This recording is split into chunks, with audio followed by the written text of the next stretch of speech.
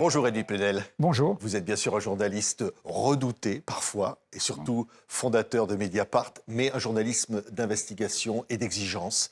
Aujourd'hui, vous publiez « La démocratie n'est pas l'élection » au Seuil. Vous dites en quelque sorte il y a une menace pour la démocratie et que l'élection ne pourra pas y suffire. On a ça sous nos yeux.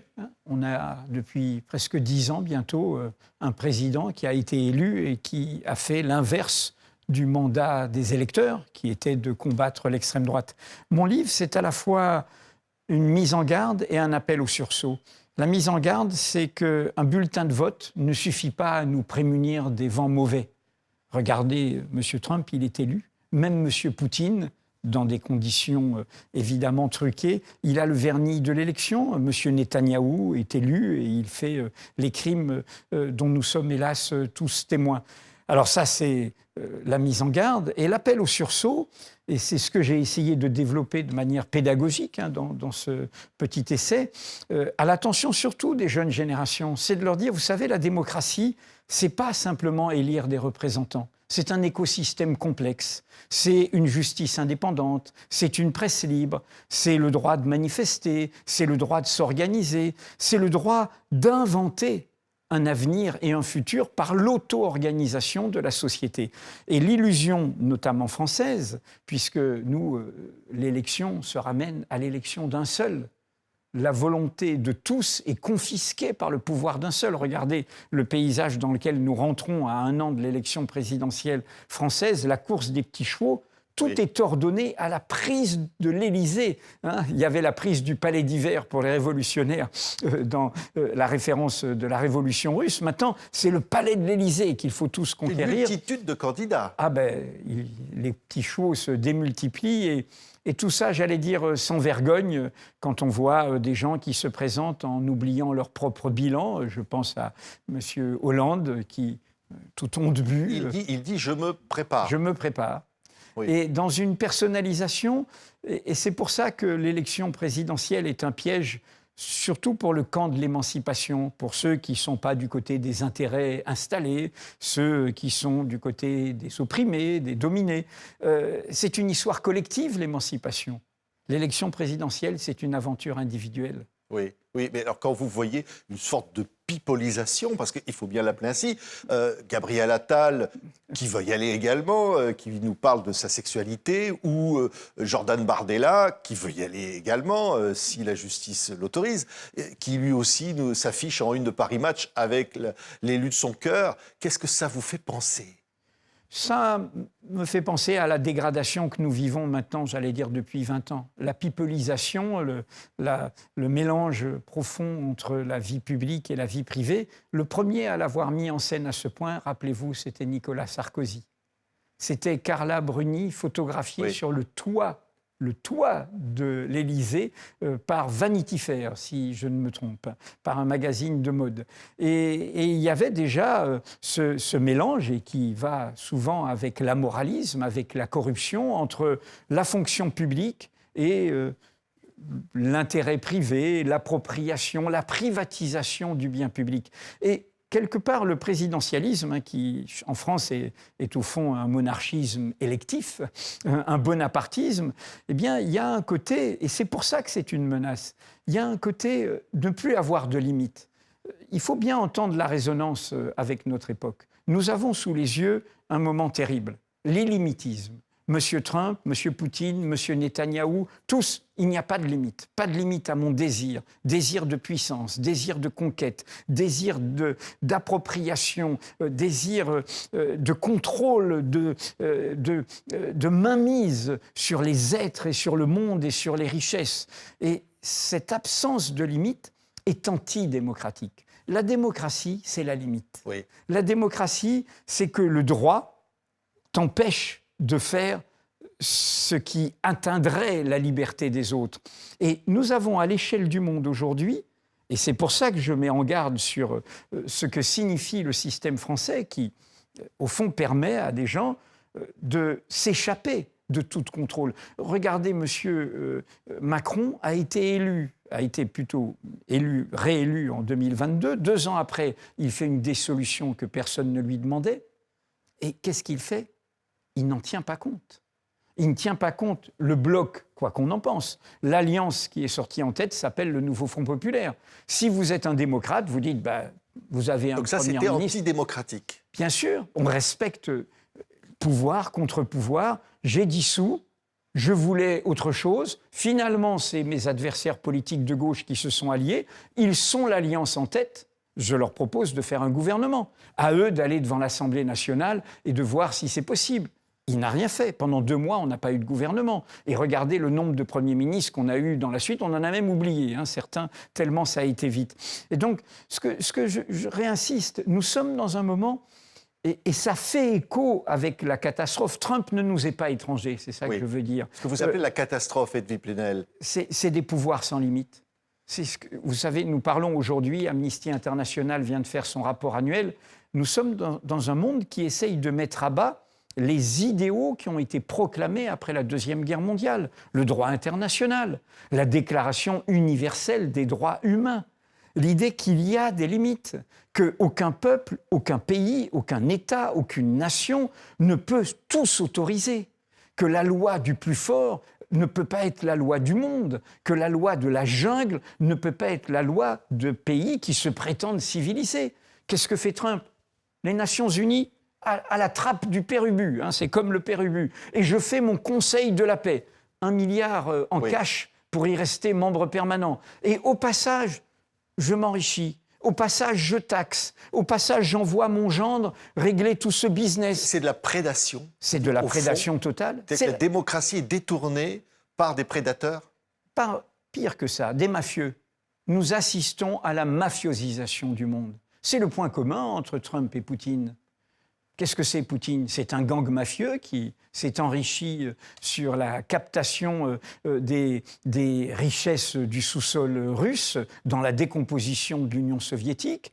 Ils se sont liquidés entre eux, les oligarques. Ce clan d'oligarques liés aux services de renseignement et à la part d'ombre soviétique stalinienne est au pouvoir aujourd'hui. Il sert, et c'est pour ça que la fuite en avant de la guerre et dans l'invasion de l'Ukraine, qu'est-ce que c'est l'agression contre l'Ukraine ? C'est le refus de l'autodétermination d'un peuple, de l'autonomie. Mais ça sert à empêcher l'autodétermination des Russes eux-mêmes. La presse, je suis journaliste, vous êtes journaliste, on serait en Russie, on serait soit en prison, soit assassiné, soit en exil. Et donc, le point commun, et on le sent même, on le documente, Trump et Poutine, c'est le même monde. C'est ce monde mafieux. Oui. Qu'est-ce que c'est la mafia ? Le pouvoir, l'obsession du pouvoir. La violence aussi. La violence, l'argent, l'accumulation de l'argent, des richesses incommensurables. Vous savez, Navalny, qui est mort, probablement assassiné en prison, il avait documenté dans une de ses dernières enquêtes l'immense palais de Poutine. C'est-à-dire un truc mais totalement fou de richesse. Donc vous additionnez, pour revenir à notre propos initial, si on ne défend pas la radicalité de l'idéal démocratique, cette idée qu'il y a des limites, que tout n'est pas possible, qu'il y a un droit international, qu'il y a un respect des citoyens, qu'il y a un respect de l'expression de la société, qu'il y a un respect de la presse, même si elle dérange, qu'il y a un respect de la justice, même si elle vous embête, qu'il y a un respect de la loi internationale, la Cour pénale internationale. Et on ne sanctionne pas des magistrats comme le fait Trump pour les magistrats de la CPI. Il y a un respect des représentants des Nations Unies, Francesca Albanese, qui est bannie de toute communication par un oukase du président des États-Unis. Et donc, si, ici même, je parle de notre contexte français, on ne respecte pas, on ne veille pas à ce que Mendès France, que je cite, dit à un moment, il dit « la démocratie, c'est bien plus que le droit de vote, c'est un code moral ».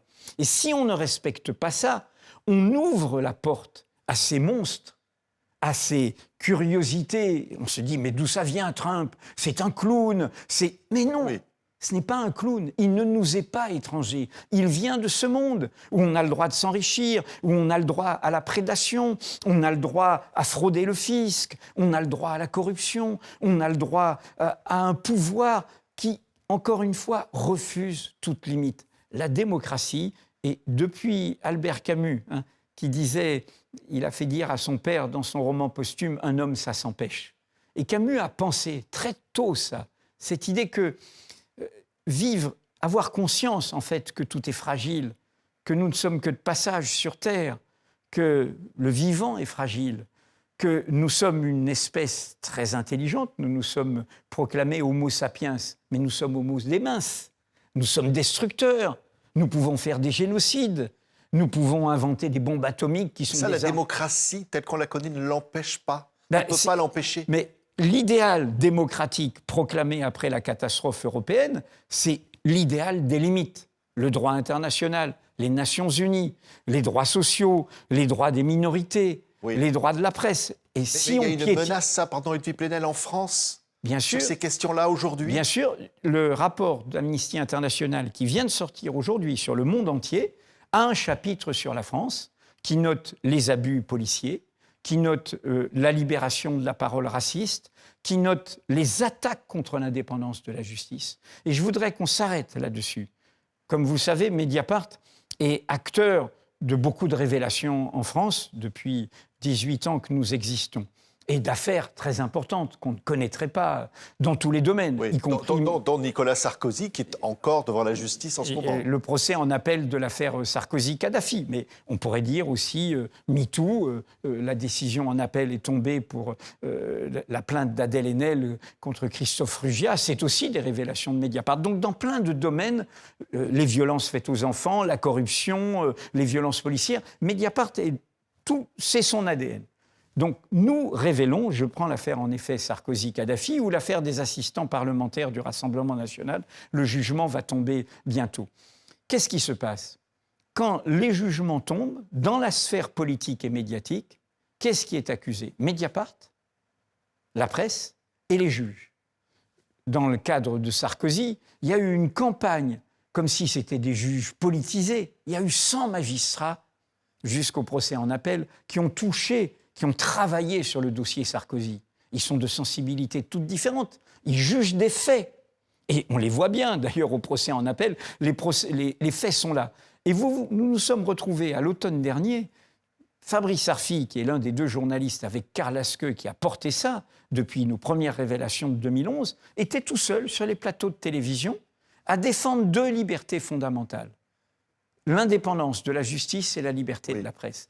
Et aucune force politique ne s'est dressée. Et j'interpelle notamment les forces de gauche, toutes confondues. On a entendu, mais vous le citez, plutôt Jean-Luc Mélenchon, lui aussi, mettre en cause autant l'indépendance de la justice que le droit de la presse. Il est comme tous. Ils préfèrent s'attaquer à la justice dès qu'elle les embête. Mais ils sont contents de nos révélations quand ça embête d'autres. En revanche, ils ne défendent pas cette intégrité. Oui. Dans Il a le même discours. Mélenchon-Sarkozy a le même discours. Les deux ont employé la même expression à propos de Mediapart en disant que nous sommes un torchon. Sarkozy a ajouté que nous sommes une officine. On peut tout à fait dire ce journal me déplaît et je n'aime pas trop ce qu'il fait. On peut tout à fait dire la justice m'embête parfois et ça m'ennuie. Mais quelle est la responsabilité d'hommes d'État qui défendent un idéal démocratique? C'est de dire, mais cette indépendance de la justice, y compris contre les miens, elle est nécessaire. Mais ces révélations de Mediapart, y compris contre des proches, elle est nécessaire. C'est la vitalité de la démocratie. Je vais vous donner encore un autre exemple. On donne souvent des leçons, nous, la France, au niveau européen. On regarde l'Italie. L'Italie, il y a la mafia. Comme si, en France, elle s'arrêtait comme le nuage de Tchernobyl. Bien sûr qu'il y a de la mafia en France. Comment l'Italie a conscience qu'il y a non seulement une mafia meurtrière en bas, mais qui a gangréné l'État, qui a gangréné les milieux d'affaires. Il y a la haute mafia, jusqu'à Andreotti, qui a été jugé, jusqu'à des proches de Berlusconi, grâce à l'indépendance de la magistrature. Madame Meloni a voulu mettre fin à ça. Elle a fait un référendum.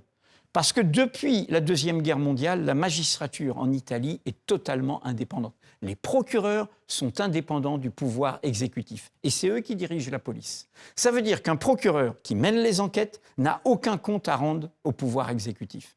En France, comme vous le savez, ce n'est pas le cas. Les procureurs sont toujours dépendants du pouvoir exécutif. Et quand ils sont indépendants, c'est une bataille. C'est une bataille personnelle qu'ils ont dû mener, y compris contre eux-mêmes, contre leur profession et contre l'administration judiciaire au ministère de la Justice.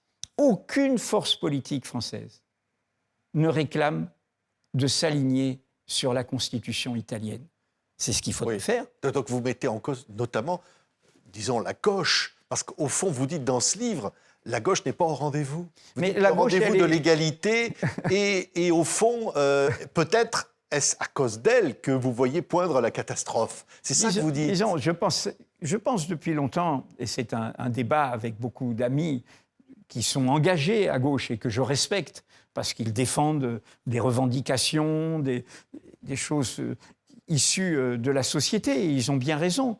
Mais je pense qu'il y a un piège qui est l'élection présidentielle. Et comme vous le savez, je le pense depuis les 14 ans de la présidence de François Mitterrand, qui a converti la gauche au présidentialisme, qui a converti la gauche à l'obsession du pouvoir d'État. Pour moi, la gauche, c'est la société.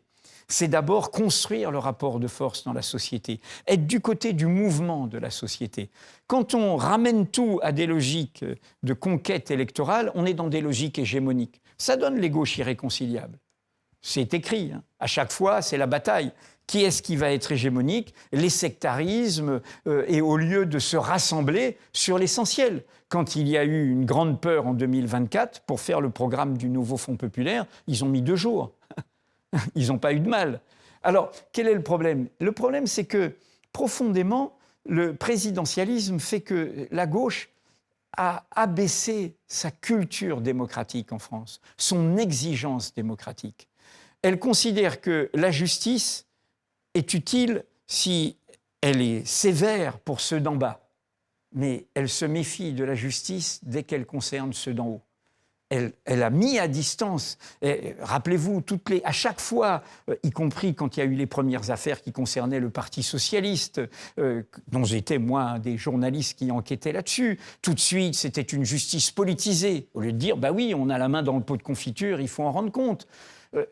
Dans les grands scandales d'État de la présidence de François Mitterrand, l'affaire Greenpeace, François Mitterrand n'a jamais été interrogé sur ce crime d'État, jamais une question.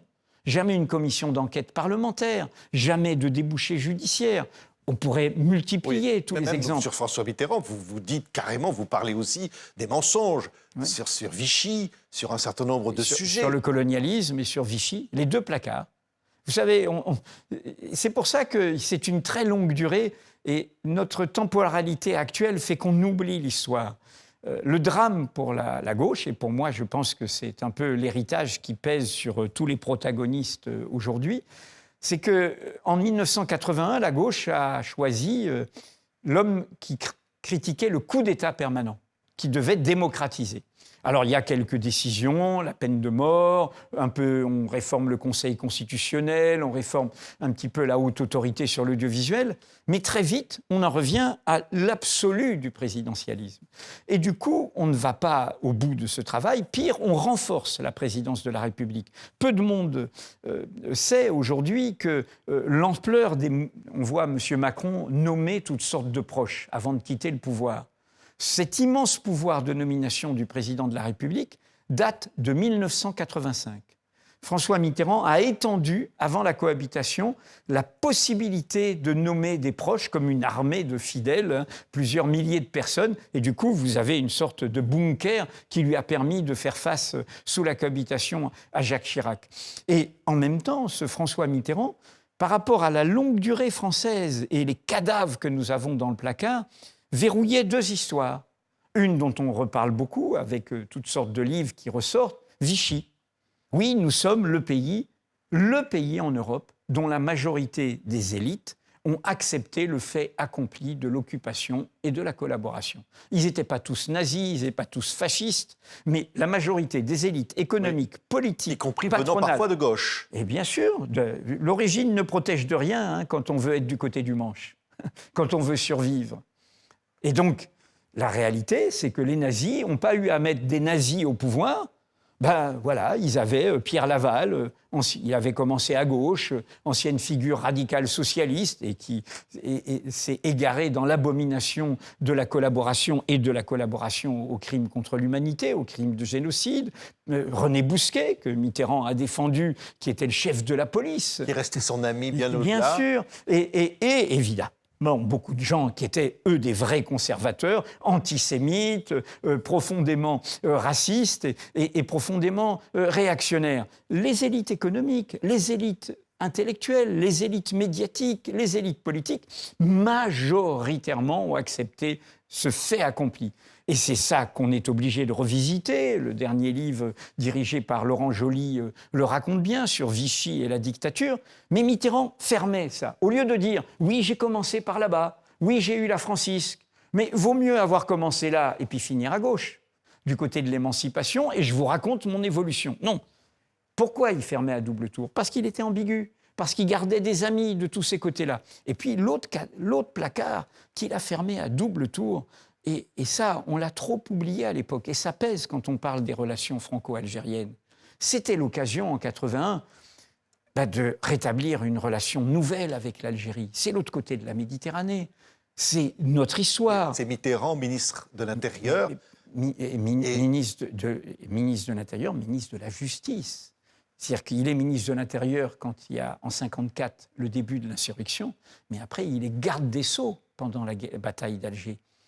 Il est garde des Sceaux, et on a les documents aujourd'hui.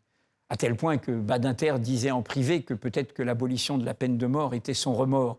Il y a les réunions auprès du président de la République pour les grâces. Parce que c'est la période où il y a le plus de condamnations à mort. La guillotine fonctionne en permanence presque à Alger. Et donc de gens engagés pour la cause de l'indépendance algérienne, dont des Européens d'Algérie, comme Fernand Yveton, le jeune militant communiste.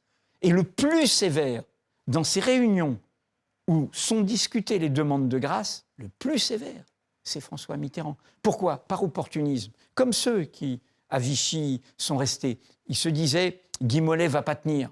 Donc je vais peut-être devenir président du Conseil. Donc il faut que j'ai l'air dur. Oui, mais Edoui Plenel, aujourd'hui, il y a quelque part de cette histoire qui continue encore aujourd'hui. Mais il reste quelque chose de cette histoire, c'est ça que vous nous dites, au fond? Je dis surtout, vous savez que il faut se dire, j'ai un petit-fils qui a 20 ans, et il m'a rappelé ça récemment. Il me dit, tu te rends compte? Depuis que je suis curieux de la chose publique, je n'ai connu que Emmanuel Macron. Et l'extrême droite, et la crise de la gauche. Emmanuel Macron. Il faut quand même revisiter le bilan sévère de cette présidence. Ça fait 9 ans aujourd'hui. On pourrait dire que ça fait 10 ans depuis qu'il a commencé son parcours solitaire en 2016. C'est quand même sidérant. Cet homme a été élu 2 fois contre l'extrême droite. 2 fois avec un souhait de sursaut démocratique rassembleur. Un barrage républicain, on va dire. Barrage républicain qui lui confiait un mandat. Il le dit d'ailleurs dans tous les discours, vous les revisitez. Il dit « Oui, votre vote m'oblige. Vous n'avez pas voté pour mon programme. Vous avez voté pour empêcher l'autre. Donc du coup, je dois tenir compte de ça. » Il n'en a rien fait. Il a même fait pire. Il a marché sur tout le monde. La répression des Gilets jaunes, la répression des mouvements sociaux, l'indifférence aux violences policières, ça n'existe pas. L'indifférence aux questions de moralité publique. Rappelez-vous l'affaire Benalla, qu'ils viennent me chercher. On a une presse qui... Il a pourtant été réélu. Il a été réélu dans le même contraste qui est par défaut.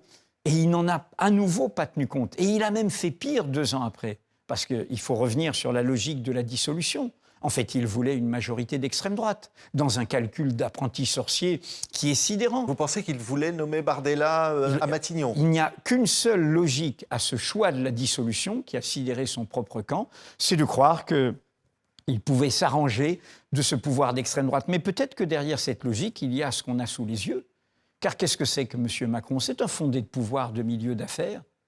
Et les milieux d'affaires, ils reçoivent M. Bardella, ils reçoivent Mme Le Pen, y compris le MEDEF aujourd'hui. Ils vont de ce côté-là, plutôt Hitler que le Front populaire, plutôt donner la main en temps de Trump à ces pouvoirs autoritaires, identitaires, ces pouvoirs profondément... Quand je dis antidémocratiques, ils ont l'apparence du vote. C'est tout le piège qui nous est tendu. Alors pourquoi je dis antidémocratique? Pourquoi je dis que Trump, qui a été élu, est un antidémocrate? Parce qu'ils sont contre l'égalité. C'est quoi la démocratie? C'est l'égalité. L'égalité naturelle. Nous naissons libres et égaux en droit, sans distinction d'origine, de condition, d'apparence, de sexe, de genre. Ces gens-là ces suprémacistes, ces identitaires, ces autoritaires. Il s'appelle Netanyahou, il s'appelle Poutine, il s'appelle Trump, il s'appelait Orban, qui, grâce à la mobilisation de la société, est tombé récemment au bout de 16 ans. Quel est leur point commun? Quelle est leur idéologie commune? L'inégalité naturelle.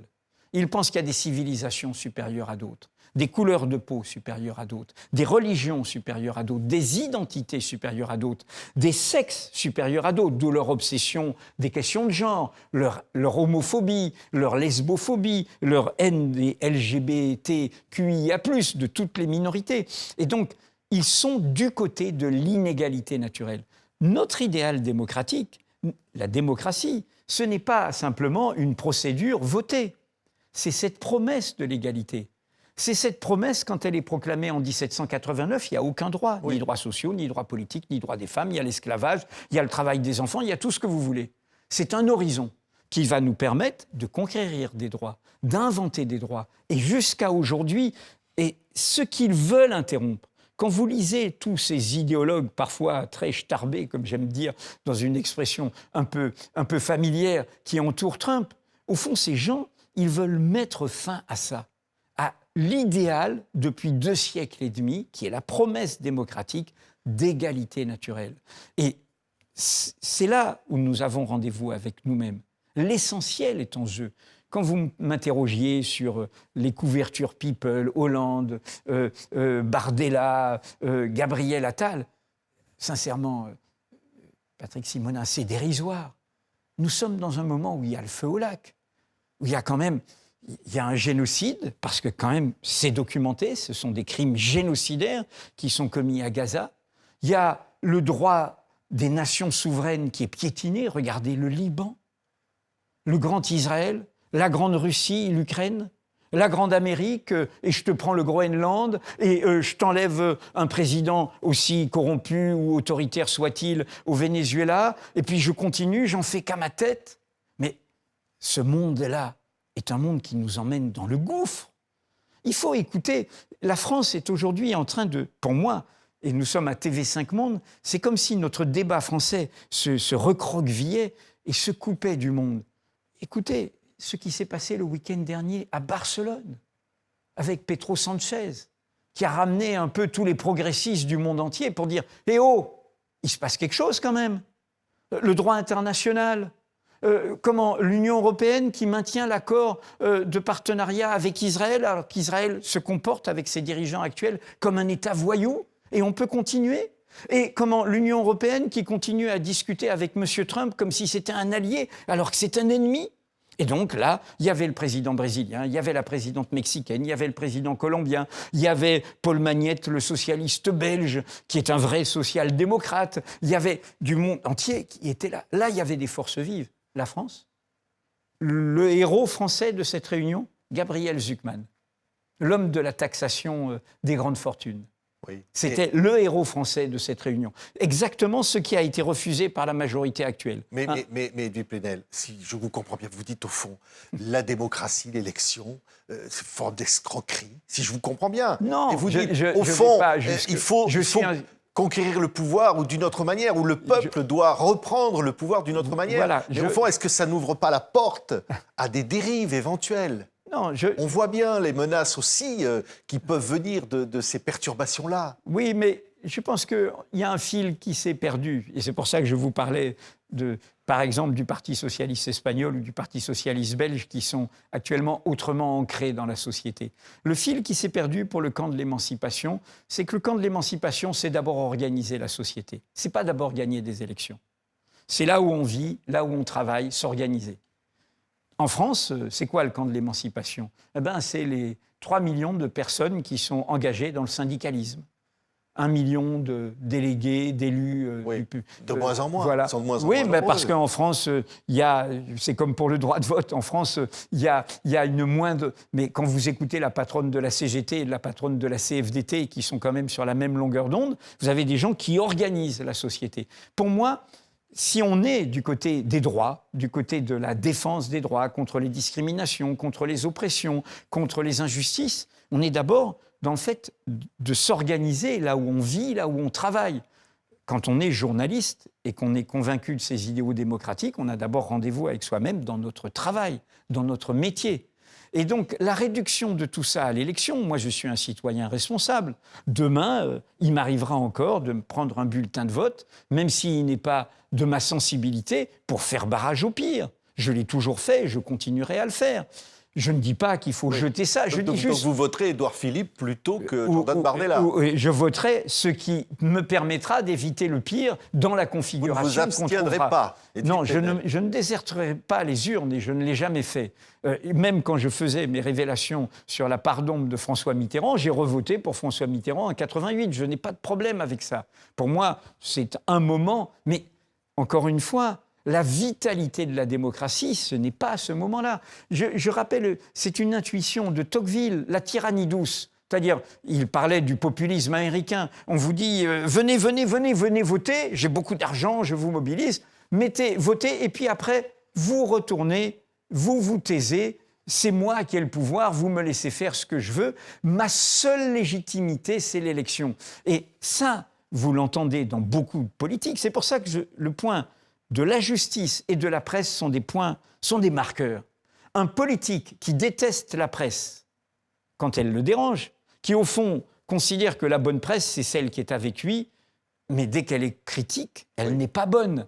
C'est un politique qui n'est pas démocrate dans sa culture. Mais même si, pardon, Edwy Plenel, on vous entend beaucoup critiquer CNews ou la presse qui serait, disons, plutôt de droite. Mais c'est pas on vous l'entend, ça aussi. Oui, mais là, on revient sur qu'est-ce que c'est qu'une démocratie. Je vous l'ai déjà dit. Pour moi, ce dont vous parlez là, ce n'est pas du journalisme. Le journalisme, il a une raison d'être sociale qui est de produire des connaissances, des savoirs, des informations. L'opinion, elle appartient à tout le monde. L'opinion n'est pas le propre du journalisme. Donc il peut exister des chaînes de droite et des chaînes de gauche. Je pense, et là c'est un désaccord que j'ai avec l'Arcom, avec y compris les nouvelles présidentes du service public quand elles ont été entendues. Je pense qu'on ne peut pas avoir en démocratie des médias de masse sur des canaux qui sont des biens publics, la TNT, les canaux hertziens dans le passé, qui soient des médias d'opinion. Monsieur Bolloré peut faire tous les médias qu'il veut à condition qu'on les achète. On achète un magazine, on s'abonne en ligne. OK, il a le droit de faire les médias privés qu'il veut, y compris sur des box. Sur les box, on doit payer pour avoir accès. Donner à des chaînes qui violent en permanence la loi et les droits fondamentaux le haut-parleur de la TNT, c'est-à-dire le haut-parleur d'un canal public, c'est un très grave danger. Et répondre à ça en disant « Ah ben c'est pas grave, il y a des chaînes de droite et d'extrême droite, on va faire des chaînes de gauche et d'extrême gauche », eh bien c'est totalement ruiner ce qu'est un espace public démocratique. Oui. Et là, on est au cœur d'une question qui concerne notre profession et les dérives de notre profession. Encore une fois, notre métier, c'est pas le blablabla des opinions. Si je suis devant vous, c'est parce que j'ai une légitimité en tant que journaliste qui a apporté des informations. Depuis 50 ans que je fais ce métier, qui a pris son risque en apportant des savoirs, des connaissances, y compris à des gens qui ne sont pas forcément d'accord avec d'où je viens, ce que je suis ou ce qu'est Mediapart. Mais quand même, Mediapart, ils sont sérieux. Mais vous êtes aussi très critiqué, Edwy Plenel. Vous êtes aussi très attaqué. On est toujours attaqué quand on fait ce journalisme-là, de tous côtés. Le prix de l'indépendance, c'est d'être attaqué de tous côtés. Vous avez appris à être attaqué. Si vous êtes attaqué de tous côtés, c'est que vous êtes au bon endroit. Oui. CNews aussi est attaqué. Non, CNews, je vous le redis, CNews n'a pas un rapport à la réalité. C'est hyper dangereux de se retrouver dans un espace public où on accepte l'idée de la déréalisation. Où on accepte l'idée qu'il y ait des gens qui disent « mais les vérités sont alternatives ». On peut discuter de tout. Oui, qui détient la vérité au fond, mais il y a des vérités de fait. On peut vous dire chacun la vérité. Alors, je vous recommande un texte historique, puisqu'on parlait de la mise en perspective. Hannah Arendt a expliqué ça dans un texte de 1967, en pleine bataille sur à la fois les mensonges du stalinisme et les mensonges de la guerre du Vietnam. Elle parlait du présent et du passé, de la connaissance. Et elle disait, vous savez, il y a toutes sortes de vérités que produit le cerveau humain. Il y en a qui peuvent être des vérités de déduction, des vérités de raisonnement. Certaines peuvent être pertinentes, d'autres peuvent être totalement folles. Elle dit les vérités les plus fragiles, les plus décisives, et elle les appelait en anglais « truth of facts », c'est les vérités de fait. Vérités qui concernent le présent et qui concernent forcément aussi le passé qui est au cœur du présent. Elle dit celles-là, c'est les plus essentielles en démocratie. Une démocratie où il n'y aurait que ma vérité contre la tienne, mon opinion contre la tienne, ma sensibilité, mon préjugé, ma communauté, mon identité, etc., c'est la guerre de tous contre tous. Un espace public démocratique, un écosystème démocratique, c'est celui où on garantit le fait que notre débat a lieu en étant d'accord sur les vérités de fait qu'on a mis au milieu. Oui. Et si on ne permet pas la naissance de ces vérités de fait, il n'y a plus de monde commun. Mais la Pravda, ça voulait dire la vérité. Oui, bien sûr. Il n'y a plus donc, de monde commun. Attention. Et il n'y a plus de monde commun et on donne la main aux propagandes. Mais regardez Trump. À quoi s'attaque Trump d'abord? À l'indépendance de la justice, d'accord, mais il s'attaque à la presse qui le dérange et il s'attaque à la connaissance, aux universités, sur le climat, sur la santé. C'est-à-dire la question... Nous sommes ici au cœur d'un enjeu démocratique. C'est pour ça que je redéfends encore une fois ce marqueur qui est la presse qui informe et la justice qui enquête. On a besoin de savoir, on a besoin de connaître l'envers des choses, on a besoin de connaître ce qu'ils nous cachent, on a besoin de connaître ce que les puissants font en notre nom, puissance économique, puissance politique, puissance étatique. Autrement, on est aveugle. Autrement, on est prisonnier des propagandes. Autrement, on peut être entraîné dans les pires crimes. On peut suivre des dirigeants qui nous emmènent dans la catastrophe. Et donc, encore une fois, et c'est le sens de mon essai, c'est combien la démocratie, c'est défendre ça. En clair, c'est défendre une certaine forme de désordre. Oui. Vous parliez des critiques. C'est défendre une certaine forme de conflit. La démocratie, c'est accepter le conflit. D'imperfection, au fond, vous dites. Bien sûr, d'inachèvement permanent. Oui. D'inachèvement permanent. La démocratie, c'est un mouvement permanent. C'est l'invention de droits permanents. Vous savez, je cite toujours cet exemple pour faire comprendre ça. Sur la longue durée, car ça concerne tous les milieux. Tous les milieux politiques, tous les milieux idéologiques, tous les milieux sociaux, toutes les époques, tous les pays. C'est le combat des femmes. Le combat des femmes. Il a toujours dérangé le combat des femmes, y compris la gauche historique. Le prolétaire, il avait une prolétaire à la maison.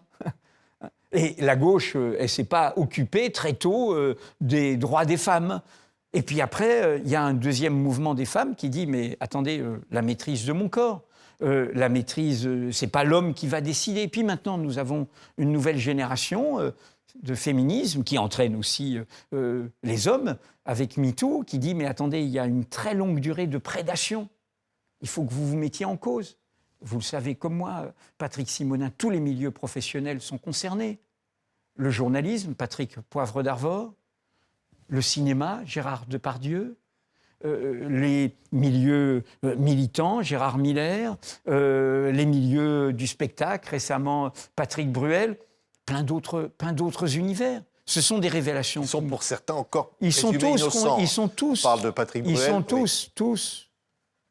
tous présumés innocents, mais nos révélations ne font pas l'effet de plainte, l'objet de plainte, de contestation en justice. Ce sont des enquêtes sérieuses, rigoureuses, et la justice s'est mise en branle sur le fait qu'il faut écouter, qu'il faut libérer l'écoute et non pas la parole. La parole était là. Qu'est-ce que ça ce combat des femmes montre l'infinie conquête des droits. Comment la démocratie est un mouvement permanent. Je vais vous en donner un autre exemple, qui est totalement éclipsé, y compris avec Trump et Poutine et tous les autres, et la guerre et les industries d'armement. Les enjeux écologiques, les enjeux de protection, la montre du vivant qui tourne. Vous avez suivi tous les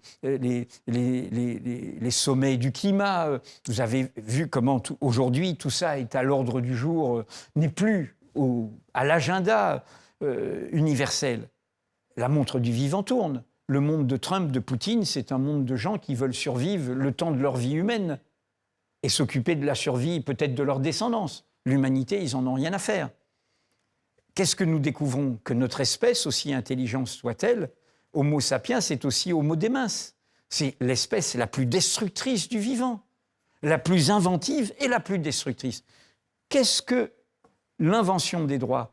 Nous sommes des générations qui comprennent qu'il y a également des droits de la nature. Nous ne pouvons pas tout nous permettre. J'en reviens aux limites. Il y a des limites. Nous ne pouvons pas profiter de saccager tout ce qu'il y a autour au risque de détruire non seulement des espèces et le vivant, mais de nous détruire nous-mêmes. Mais Edoui Plenel, est-ce que vraiment on en est là? Alors, je reviens en France. Oui. Il y a la protection de l'environnement et aujourd'hui beaucoup plus prise en compte qu'auparavant. Et puis, vous parlez de sans limite, mais au fond, il y a quand même des contre-pouvoirs en France. Il y a quand même des limites, quel que soit le futur président d'ailleurs, ou la future présidente. Ils sont bien abîmés et c'est l'enjeu qu'il y a devant nous pour la présidentielle, puisque nous sommes à 1 an de cette présidentielle, avec à nouveau le scénario possible d'une victoire de l'extrême droite. En France, les forces politiques qui s'inspirent de Trump, de Poutine, et d'ailleurs Poutine et la Russie ont financé l'extrême droite française, qui s'inspirent de Netanyahou et de ses logiques de force, si elles arrivent à la présidence en France, tout bascule. C'est comme l'eau, elle est chaude, mais elle devient bouillante. Vous ne croyez pas à un changement du Rassemblement national, notabilité, respectabilité? Non, ça, nous le documentons. Toutes nos enquêtes, et nous ne sommes pas les seuls, d'autres les documentent. Le logiciel du Front National est réellement d'extrême droite. Il n'a pas du tout rompu avec tout son fond de commerce idéologique, y compris même l'antisémitisme, quoi qu'ils disent, quoi qu'ils prétendent. On le montre. Chaque fois qu'ils parlent des brebis galeuses, on s'aperçoit que ce n'est pas des brebis galeuses, c'est vraiment représentatif du troupeau. Hein. On voit le noyau dur qui est autour de Marine Le Pen avec ce qu'on appelle les anciens du GUD. On l'a beaucoup documenté. Et par ailleurs, il n'y a même pas besoin d'enquête, d'investigation, il suffit de les lire. Les réunions internationales de tous ces cercles idéologiques qui sont trumpistes, qui étaient auprès d'Orban, qui étaient auprès de Netanyahou, qui étaient auprès de Vox en Espagne et de plein d'autres, tout ça est écrit. Vous savez, les gens ont été surpris de voir que Musk il fait le salut nazi. Mais oui, il est nazi, Musk. Oui, Peter Thiel, qui est un des autres oligarques de la techno-fasciste de la Silicon Valley, ce sont des nostalgiques de l'apartheid. On ne peut pas comparer mais les dirigeants du RN en France ils sont là. à ça. Mais ils sont là. Ils sont là. Vous ne pouvez pas considérer que la vie politique française est indépendante de ces gens-là. Beaucoup aussi disent qu'à l'extrême gauche, en tous les cas à LFI, il y a aussi de l'antisémitisme, il y a aussi des dérives. Il y a parfois, et nous l'avons documenté, et je l'ai même écrit, il y a parfois des formulations, des discours, notamment du principal dirigeant, qui mordent la ligne, et nous l'avons absolument dit. Mais le programme de la France insoumise, qui n'est pas un programme d'extrême gauche, n'a rien à voir avec, encore une fois, les valeurs inégalitaires que défend l'extrême droite. L'extrême droite est du côté des puissants, et du côté de l'inégalité des droits. Elle est du côté des discriminations. Regardez, mais d'ailleurs, elle a gangréné tout le débat public. Vous avez vu que M. Retailleau, qui vient d'être désigné comme candidat de son camp, dit qu'il veut mettre au banc de l'Europe l'Espagne de Pedro Sanchez. Oui, car elle va régulariser 500 000 clandestins. Parce qu'il est du côté de l'accueil, il est du côté du souci du monde et de l'interdépendance du monde. Donc oui, les vents sont mauvais à l'échelle de la planète. Et aujourd'hui, en France, une élection présidentielle qui verrait une force politique, quelle que soit la configuration, qui soit celle... sachant qu'entre-temps, il y aura eu les midterms, on ne sait pas ce qui se passera aux États-Unis, qui soit celle du trumpisme, du poutinisme et de toute cette confraternité, eh bien, c'est une bascule insigne, c'est une bascule très dangereuse. Et c'est une bascule d'un pays qui est profondément, on l'a revisité ensemble, depuis la présidence de Nicolas Sarkozy, l'échec de la présidence Hollande, les 10 ans de la présidence Macron, c'est quand même 20 ans d'éclipse française, 20 ans où la France a perdu le fil de son message universaliste et démocratique. Oui, un mot, parce qu'on va devoir se quitter du PNL. Rosa Luxembourg, et vous la citez à la fin de ce petit essai, elle parle de la liberté. Elle dit elle ne peut pas être considérée comme un privilège. Et au fond, ce combat-là, c'est le combat fondamental. J'ai volontairement sorti ces citations de Rosa Luxembourg à destination des jeunes qui, et je les comprends tout à fait, dans le moment actuel, se disent il y a le feu au lac, comme je l'ai dit, il y a des grands périls, et qui se radicalisent, et à juste titre. Et je pense qu'il faut toujours accepter que la jeunesse bouscule, que la jeunesse soit excessive, que la jeunesse déborde, car ça nous fait du bien, et c'est comme ça que les sociétés avancent.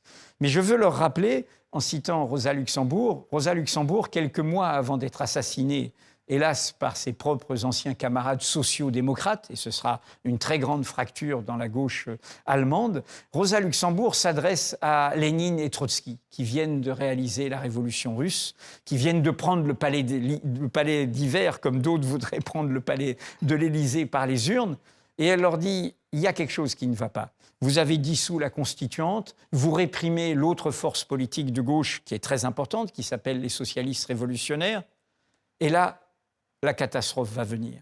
Car il faut le mouvement de la société. Pour les idées que vous défendez, les idées de progrès, les idées de justice, les idées de paix, les idées de démocratie réelle, sociale, eh bien, elles ont besoin que la société continue à agir indépendamment de vous. Elles ont besoin d'une presse libre, elles ont besoin du droit de réunion, elles ont besoin du droit de grève, elles ont besoin du droit de manifestation, elles ont besoin d'une justice indépendante, elles ont besoin de partis politiques qui vous critiquent, elles ont besoin de tout cela. Et ça, c'est idéal. Et citer Rosa Luxembourg, qui est une sorte d'occasion perdue, de figure qui a été à la fois social-démocrate et révolutionnaire, qui a voulu pousser jusqu'au bout cette exigence sociale et démocratique et qui en a été martyr, eh bien, rappeler Rosa Luxembourg, c'est rappeler, et c'est pour moi la fonction sociale d'un journalisme engagé, au sens de l'intérêt public, au service de l'intérêt public, c'est que nous avons besoin toujours de ce désordre créateur, de cette vitalité de la société. Et s'il y a un sens à l'engagement, pour moi, de ma vie professionnelle, de ce métier dont j'ai fait un engagement, c'est d'être du côté de ce désordre créateur, même si ça dérange, même si ça bouscule, même si parfois la vérité est douloureuse, même si cela bouscule vos propres amis, même si cela bouscule vos propres lecteurs, vous devez faire ça. C'est comme ça que vous sauvez les principes et l'essentiel et qui, quoi qu'il arrive, eh bien, vous sauvez une petite flamme, à mon avis, d'espoir. Merci. Edwy Plenel, qui publie « La démocratie n'est pas l'élection » au Seuil. Merci beaucoup, Edwy Plenel, d'avoir été aujourd'hui notre invité.